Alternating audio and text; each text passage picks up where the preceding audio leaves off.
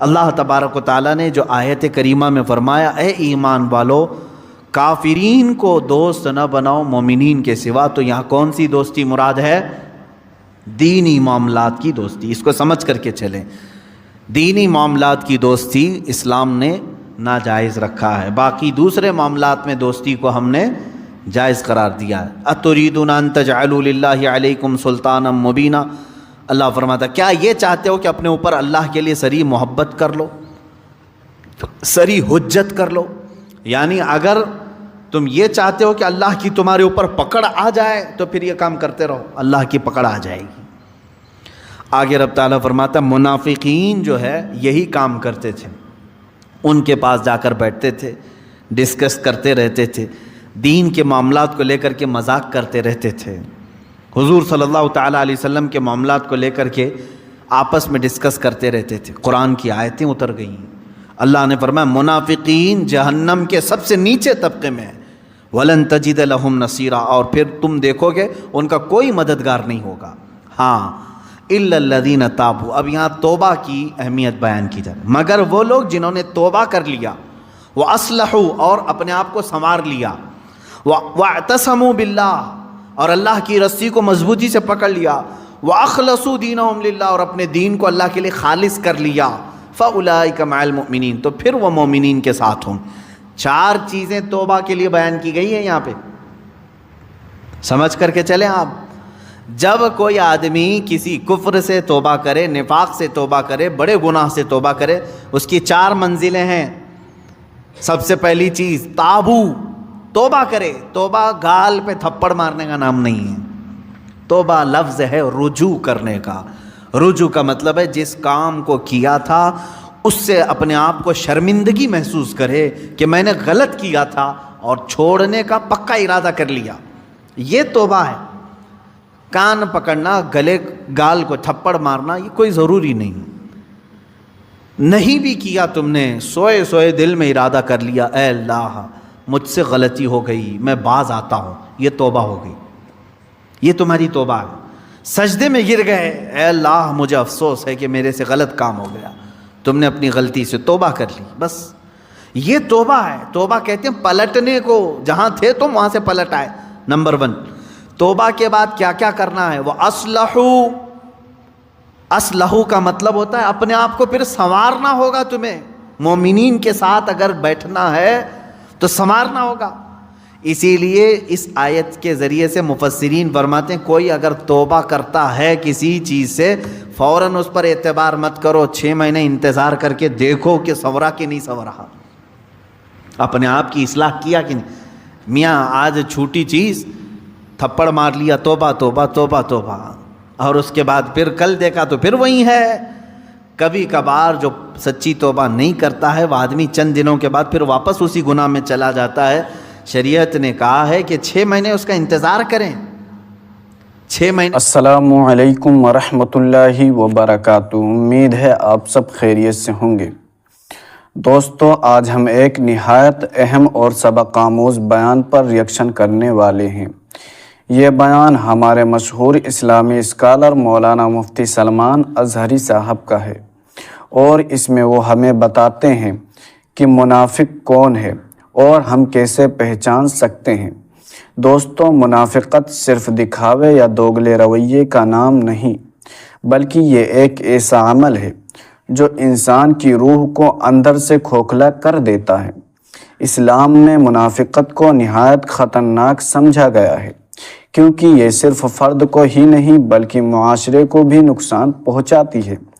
مولانا مفتی سلمان اظہری صاحب نہایت سادہ اور عام فہم انداز میں یہ وضاحت کریں گے کہ کس طرح بعض لوگ ظاہری طور پر نیک نظر آتے ہیں لیکن ان کے اعمال اور نیتیں اللہ کے نزدیک خالص نہیں ہوتی، اور ہمیں عملی مثالوں کے ذریعے سمجھاتے ہیں کہ ہمیں اپنی زندگی میں خود احتسابی کرنا چاہیے اور اپنے اعمال کی جانچ کرنی چاہیے تاکہ ہم منافقت کے دائرے میں نہ آئیں۔ آج کے اس بیان کے ذریعے ہم یہ جانیں گے کہ منافقت کے آثار کون سے ہیں، اسے کیسے پہچانا جا سکتا ہے، اور اس سے بچنے کے لیے ہمیں کس طرح کے اعمال اور نیت رکھنی چاہیے۔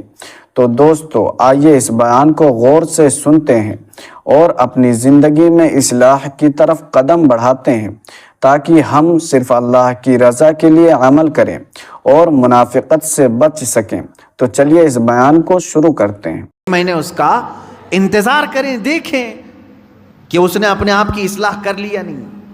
کچھ لوگ صرف شادی کے لیے توبہ کر لیتے ہیں، صرف شادی کے لیے ایمان لے آ رہے ہیں، یہ بھی معاملات ہے۔ تو یہاں پر بھی حکم ہے، ٹھیک ہے ایمان لائے، میں اس کا انکاری نہیں ہوں۔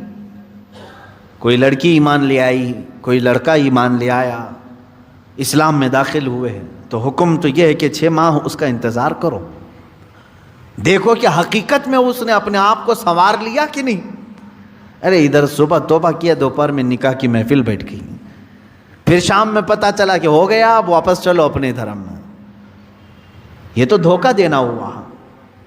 تو اصلاح کرنا اپنے آپ کی، یہ توبہ کی دوسری منزل ہے۔ تم ایمان والوں میں کب شامل کیے جاؤ گے؟ پہلے نمبر پر توبہ، دوسرے نمبر پر اپنی اصلاح۔ وہ یوں ہی سمجھ لیں زخم ہو گیا تھا، ہاتھ میں زخم ہو گیا تھا، پھوڑی ہو گئی تھی، پھٹ گیا، گئے ڈاکٹر کے پاس، کس کام کے لیے؟ علاج کے لیے۔ اب وہاں 2 چیزیں ہیں، 2 چیزیں، پہلے تو اس کو صاف کر کے وہ پٹی باندھے، پہلے تو صاف کر کے پٹی باندھے، اس کے بعد پھر دوائی بھی دے کہ جو کمزوری آئی ہے وہ دور ہو سکے۔ دونوں میں خالی ایک ہی کیا، خالی دوائی لے کر کے آیا، زخم کو نہ پوچھا نہ کچھ نہیں، تو زخم تو باقی رہا اور دوائی کھا رہے ہو۔ یا زخم کو تم نے سب پوچھ دیا لیکن دوائی کھائی نہیں، تو بھی چنگا ہونے میں، بھلا ہونے میں ٹائم لگتا ہے۔ اسی طرح سمجھ لیں کہ گناہوں سے توبہ کر لیا، پٹی باندھ لیا، اصلاح کرنے کے لیے نمازوں کی کثرت کرو، خیرات کی، یہ گولی کا کام کرے گی، تمہارے جسم کے اندر اصلاح پیدا ہو جائے گی۔ مثال کے طور پر اب دارالحرب ہے، ہمارے ہاں تو اسلامی نظام ہے نہیں، یہاں اگر جیسے بھیانک گناہ ہو جاتے ہیں تو کیا کرنا چاہیے اسے؟ جیسے زنا ہو گیا کسی سے، اسلامی ریاست ہوتی تو اسے تو سنسار کرنے کا حکم ہے نا۔ غیر شادی شدہ ہو تو 100 کوڑے مارے جائیں گے، شادی شدہ ہو تو سنسار کیا جائے گا، یہ اسلامی سزا ہے۔ یا چوری کیا ہے تو ہاتھ کاٹا جائے گا، یہ معاملات ہیں۔ لیکن آپ دارالحرب میں ہیں، یعنی یہاں اسلامی نظام نہیں، آپ سے ایسا گناہ سرزد ہوا تو اب کیا ہے؟ اس کے لیے اسلام نے یہ نظام رکھا ہے کہ تم سب سے پہلی چیز توبہ کرو، توبہ کرو، اس بھیانک گناہ سے توبہ کرو۔ دوسرے نمبر پر اللہ نے فرمایا وَأَصْلَحُوا، اور اپنی اصلاح کرو۔ اصلاح کس بات پر؟ پہلے سے زیادہ نمازوں میں آؤ، نفل کی کثرت کرنے لگ جاؤ، خیرات کرو، صدقہ دو، محفلوں میں بیٹھو، تسبیح ہاتھ میں لے لو، کیونکہ جو ڈیمیج کیا تم نے اپنی روح کو، اس کو اتنا بینڈیج تو لگانا ہی پڑے گا، اس کی اصلاح تو ضروری ہے۔ تو جس سے گناہ سرزد ہوئے وہ اگر توبہ کرنا چاہتا ہے تو 2 چیزیں پہلے سمجھ لیں، ایک تو سچے دل سے توبہ کرنا، یعنی باز آنے کا ارادہ کر لینا، دوسرے اس پر نیکیوں کی کثرت کرنا، تب جا کر کے وہ توبہ کا پھل تمہیں ملے گا۔ ہاں بعض جگہوں پر میں نے دیکھا ہے، دیہاتوں وغیرہ میں وہ لوگ کسی لڑکے اور لڑکی کے معاملے کو دیکھتے ہیں کہ یہ غیر شادی شدہ تھے اور چلے گئے اور ساتھ میں رات بتا کر کے آئے، تو ان کو پکڑ کر کے جماعت والے بٹھاتے ہیں۔ اسلامی سزا ہے نہیں، آپ دے نہیں سکتے۔ اور بعض دیہاتوں میں نے دیکھا ہے کہ جھاڑو لے کر کے اس کو مارتے ہیں، یا ٹاول کو لپیٹ کر کے اس کو مارتے ہیں۔ یہ مذاق کر رہے ہو اسلامی نظام کا؟ مذاق ہے اسلامی نظام کا؟ وہ تو حضرت ایوب علیہ السلام کی بیوی کے لیے اترا تھا قرآن پاک میں۔ حضرت ایوب علیہ السلام نے قسم کھا لی تھی اپنی بیوی کے بارے میں کہ وہ شیطان کے پاس گئی تھی، اگر میں صحیح ہو جاؤں تو تجھے 100 کوڑے ماروں گا۔ آپ صحیح ہو گئے، 100 کوڑے مارنے والے تھے، لیکن وہ بیوی بڑی نیک شعار تھی۔ اللہ نے حکم فرمایا جبرائیل امین کو، جاؤ ایک جھاڑو جس میں 100 کاڑیاں ہوں وہ ایوب کو دے دو اور کہو کہ ایک بار اس سے اپنی بیوی کو مارے، ان کی قسم پوری ہو جائے گی۔ یہ قرآن میں ہے۔ وہ ایوب علیہ السلام کی بیوی کے لیے یہ بات اتری تھی، تو تو میں نے کسی گاؤں کے متولی صاحب کے متعلق یہ سنا کہ وہ بھی 100 کاڑیوں کی جھاڑو لے کر کے اس لڑکے کو مارتے ہیں جو لڑکی کو بھگا لے جاتا ہے، اور کہتے ہیں 100 کوڑوں کے برابر ہو گیا. اور اگر 100 کوڑے مارو گے تو پھر اگلا دن آپ کے کوڑے پڑنے کا آ جائے گا. یہاں نہیں مار سکتے. یہاں صرف یہ ہے کہ سچی توبہ کی اسے تلقین کی جائے، رو رو کر کے تو توبہ کرے، اس کے بعد اپنی اصلاح کرے. اپنی اصلاح کیسے؟ نیکیوں کی کثرت کرے.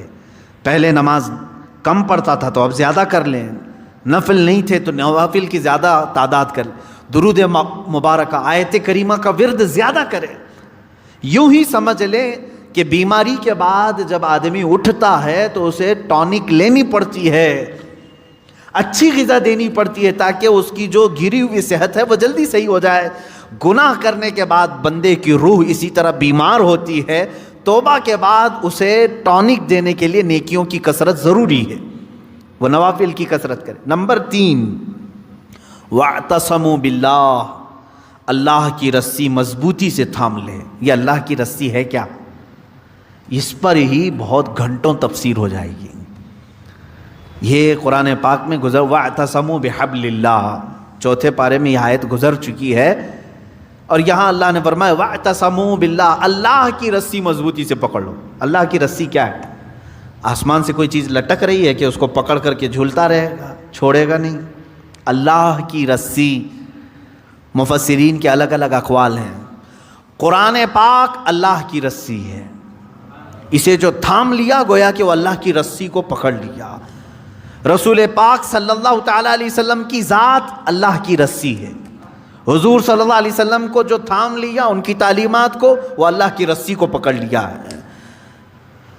اہل بیت اطہار جو رسول اللہ کی آل ہیں، ان کو کہا گیا ہے کہ وہ اللہ کی رسی ہیں. الحمدللہ دوستو، ہم نے سنا کہ منافقت صرف ایک چھوٹا سا رویہ نہیں بلکہ یہ انسان کی روح اور اخلاق پر اثر انداز ہونے والا ایک خطرناک عمل ہے. مولانا مفتی سلمان اظہری صاحب نے بڑے وضاحت انداز میں بتایا کہ کس طرح ظاہری نیکی کے پیچھے چھپی منافقت کو پہچانا جا سکتا ہے، اور ہم اپنے اعمال کو اللہ کی رضا کے مطابق کیسے درست رکھ سکتے ہیں. دوستو، ہمیں اپنی زندگی میں خود احتسابی کرنی چاہیے.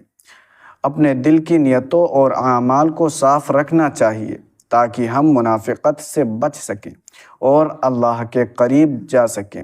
یاد رکھیے، جو شخص اپنی نیتوں اور اعمال میں خالص ہو، اللہ کی نظر میں وہی سب سے عزیز ہوتا ہے. اگر آپ کو یہ بیان اور میرا ریئیکشن پسند آیا ہو تو ویڈیو کو لائک اور شیئر کریں تاکہ زیادہ سے زیادہ لوگ اس قیمتی علم سے مستفید ہوں، اور ہمارے چینل کو سبسکرائب کرنا مت بھولیں تاکہ آپ کو ایسے ہی مزید قیمتی اور سبق آموز بیان کے ریئیکشن دیکھنے کو ملے. اللہ تعالی ہم سب کو منافقت سے بچنے اور نیک اعمال کرنے کی توفیق عطا فرمائے. آمین. السلام علیکم ورحمۃ اللہ وبرکاتہ.